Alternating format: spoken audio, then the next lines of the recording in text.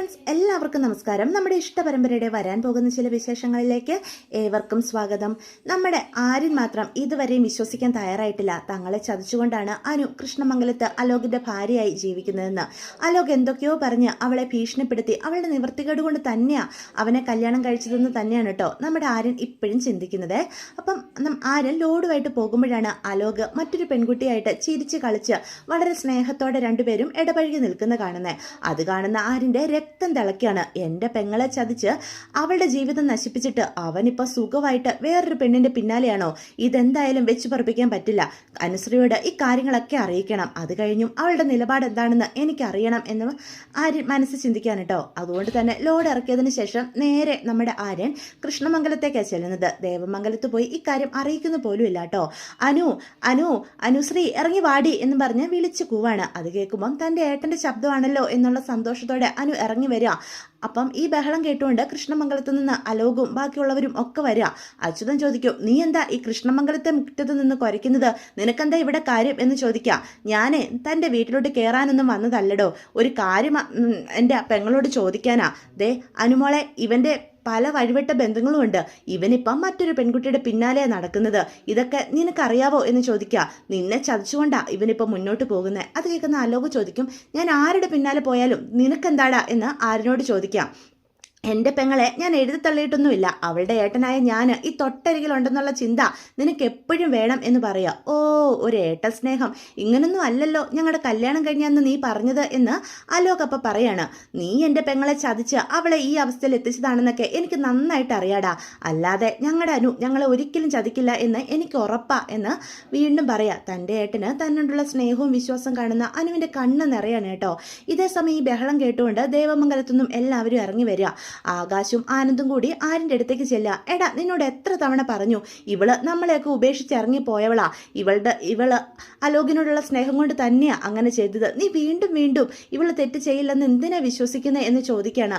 അവൻ ആരുടെ കൂടെ നടന്നാലും നമുക്കെന്താ, നീ ഇങ്ങോട്ട് വന്നേ എന്ന് പറയാണ് കേട്ടോ. അപ്പം ഇതെല്ലാം കണ്ടും കേട്ടും ഇത്രയും മീനും പരസ്പരം നോക്കുകയാണ് കേട്ടോ.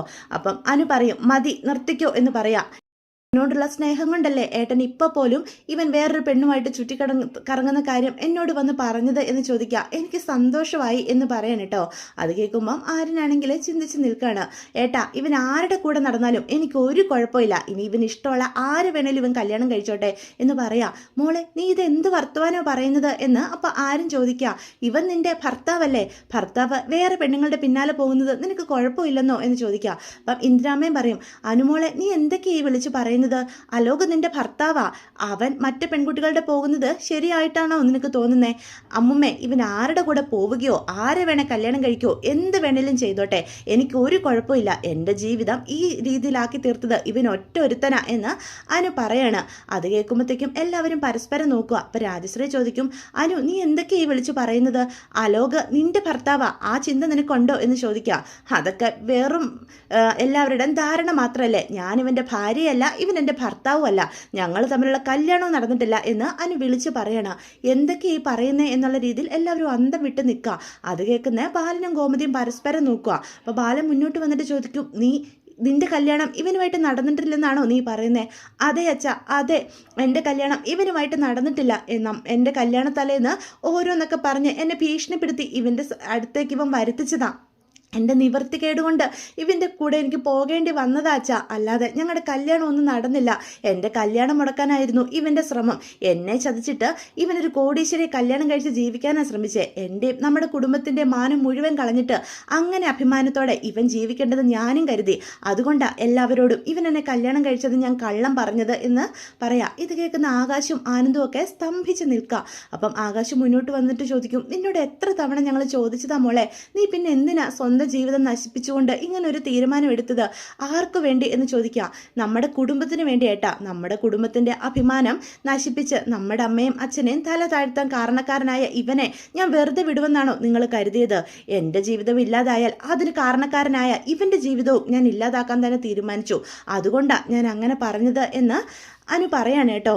ഇത് കേൾക്കുമ്പോഴത്തേക്കും അലോകം തല താഴ്ത്തി നിൽക്കുകയാണ്. എന്തൊക്കെയാ ഇവിടെ നടക്കുന്നേ മോളെ, നീ എന്തൊക്കെയാ പറയുന്നേ?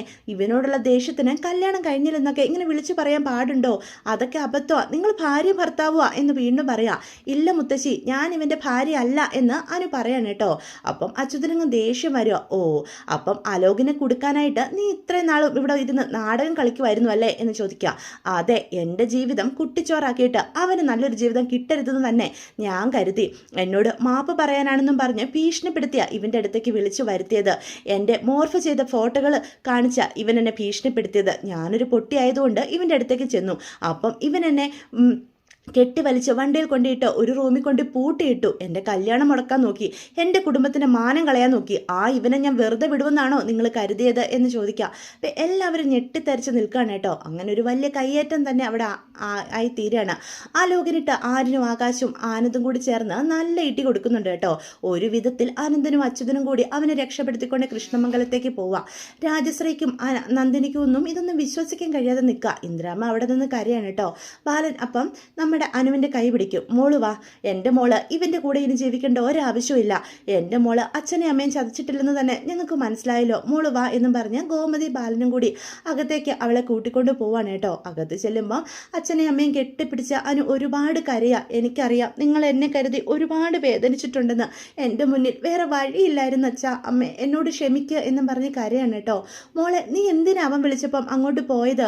നിനക്ക് ഞങ്ങളോട് ആരോടെങ്കിലും സത്യങ്ങൾ പറഞ്ഞാൽ പോരായിരുന്നോ എന്ന് ആകാശ് ചോദിക്കുക. ആ സാഹചര്യത്തിൽ എൻ്റെ മോർഫ് ചെയ്ത ചിത്രങ്ങൾ ഇവൻ എല്ലായിടത്തും പബ്ലിഷ് ചെയ്യുമെന്ന് പറയുമ്പം ഞാൻ എന്താ ചെയ്യുക? ആ ചിത്രങ്ങളൊന്നും ഒറിജിനൽ അല്ലെന്ന് എനിക്കറിയാം. പക്ഷെ കാണുന്നവർ അങ്ങനെ കരുതുവേട്ടാ. നമ്മുടെ കുടുംബത്തിൻ്റെ മാനം, അച്ഛൻ്റെ അഭിമാനം, ഇതൊക്കെ ഓർത്തപ്പം അവൻ്റെ കാല് വീണാണേലും മാപ്പ് പറയാമെന്ന് ഞാൻ കരുതിപ്പോയി എന്ന് പറയാം.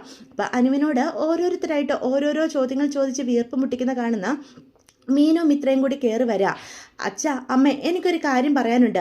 അനുവിനോട് ഈ ചോദ്യങ്ങളൊക്കെ ചോദിച്ച് അവളെ ഇങ്ങനെ ബുദ്ധിമുട്ടിക്കുന്നതിന് പകരം ഇതിനൊക്കെ കാരണക്കാരിയായിട്ട് ഒരാൾ ഇവിടെ നിൽപ്പുണ്ട് എന്ന് പറയാം.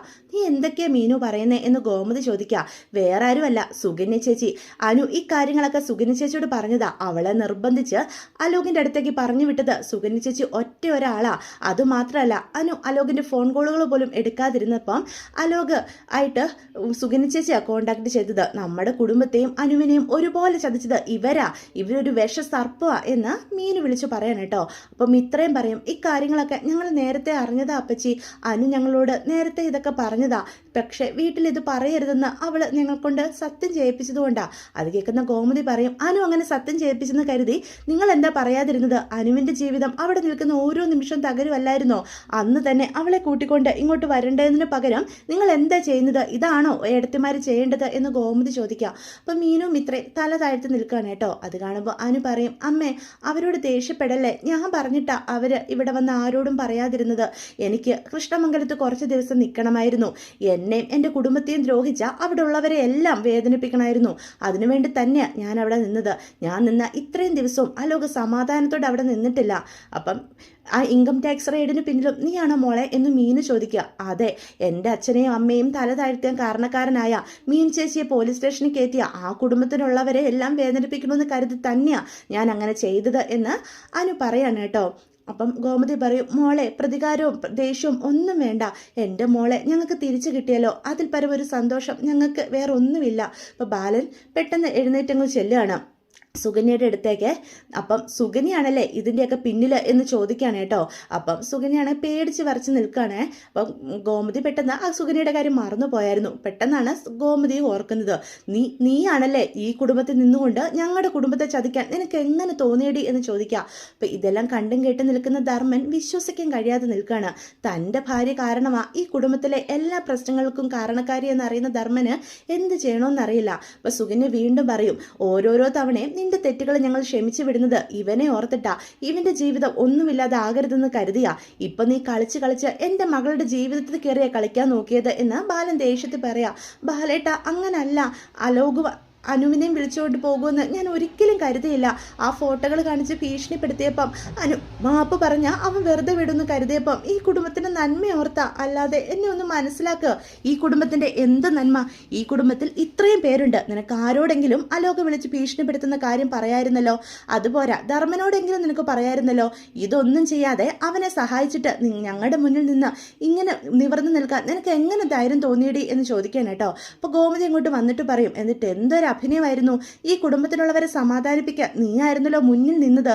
ഇത്രയും വലിയ ചതി ചെയ്തിട്ടല്ലേ ഒന്നും അറിയാത്തവളെ പോലെ നീ ഇവിടെ നിന്നത് എന്ന് ചോദിച്ചാൽ നമ്മുടെ സുകന്യയുടെ കവളത്ത് നല്ല അടി കൊടുക്കാണ് കേട്ടോ. വീണ്ടും വീണ്ടും തല്ലുക.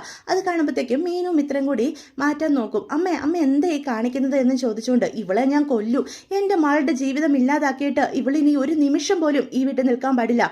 ഈ നിമിഷം എങ്ങോട്ടാന്ന് വെച്ചാൽ ഇറങ്ങിപ്പോയിക്കോ എന്ന് പറയാണ് കേട്ടോ. അപ്പോൾ ധർമ്മനും ആകെ തല താഴ്ത്തി നിൽക്കുകയാണ് കേട്ടോ. അപ്പോഴത്തേക്കും ബാലൻ പറയും, ഗോമതി കടുത്ത തീരുമാനമൊന്നും എടുക്കണ്ട. ദേ അവസാനമായിട്ട് നിനക്ക് ഞാൻ ഒരിക്കൽ കൂടി ഒരു വാണിംഗ് നൽകുക. ഈ കുടുംബത്തിലെ ഒരു കാര്യത്തിലും നീ ഇനി ഇടപെടാൻ പാടില്ല. ഇവിടെ എന്ത് നടന്നാലും അതൊന്നും നിന്നെ ബാധിക്കാനും പാടില്ല. ഇവിടെ ജീവിച്ചാൽ മര്യാദയ്ക്ക് ജീവിക്കണം. അങ്ങനെ ഉറപ്പുണ്ടെങ്കിൽ മാത്രം നീ ഇനി ഇവിടെ നിന്നാൽ മതി എന്ന് പറയാൻ കേട്ടോ. അത് കേൾക്കുമ്പോഴത്തേക്കും സുകന്യാണെങ്കിൽ ബാലൻ്റെ കാലിലേക്ക് വീഴുക. ബാലേട്ട, ഞാൻ ഒരു തെറ്റും ചെയ്തിട്ടില്ല, എന്നെ ഒന്നും മനസ്സിലാക്കുക. ഞാൻ ഇനി ഒരു പ്രശ്നത്തിനും പോവില്ല, കൃഷ്ണമംഗലത്തേക്ക് പോലും പോകില്ല, എന്നെ പറഞ്ഞയക്കല്ലേ എന്നും പറഞ്ഞ് സുകന്യ പൊട്ടിക്കരയാണ് കേട്ടോ. ഇനിയും നിന്റെ ഭാഗത്ത് നിന്ന് ഇങ്ങനെ എന്തെങ്കിലും സംഭവിച്ചാൽ ഇങ്ങനെ ആയിരിക്കില്ല ബാലൻ പെരുമാറുന്നത്. ഇവനെ ഓർത്ത് മാത്രമാ നിന്നെ ഞാനിപ്പോൾ വെറുതെ വിടുന്നേ എന്ന് ചോദിക്കുക. അപ്പോൾ ഗോമതി പറയൂട്ടോ, ബാലേട്ടൻ എന്തൊക്കെയായി പറയുന്നേ? ഇവളെ വെറുതെ വിടാനോ? നമ്മുടെ മകളുടെ ജീവിതം ഇല്ലാതാക്കിയിട്ട് അവൾ നിൽക്കുന്ന നിൽപ്പ് കണ്ടില്ലേ? ഇനി ഒരു നിമിഷം പോലും ഇവളെ ഈ വീട്ടിൽ നിൽക്കാൻ ഞാൻ സമ്മതിക്കില്ല എന്ന് പറയാ. ഈ കുടുംബത്തെ ചതിച്ചിട്ട് ആരും ഈ വീട്ടിൽ അങ്ങനെ സന്തോഷത്തോടെ നിൽക്കണ്ട എന്ന് ഗോമതി പറയാ. ഗോമതി, ഇവിടെ തീരുമാനങ്ങളൊക്കെ എടുക്കാൻ ഞാനുണ്ട്.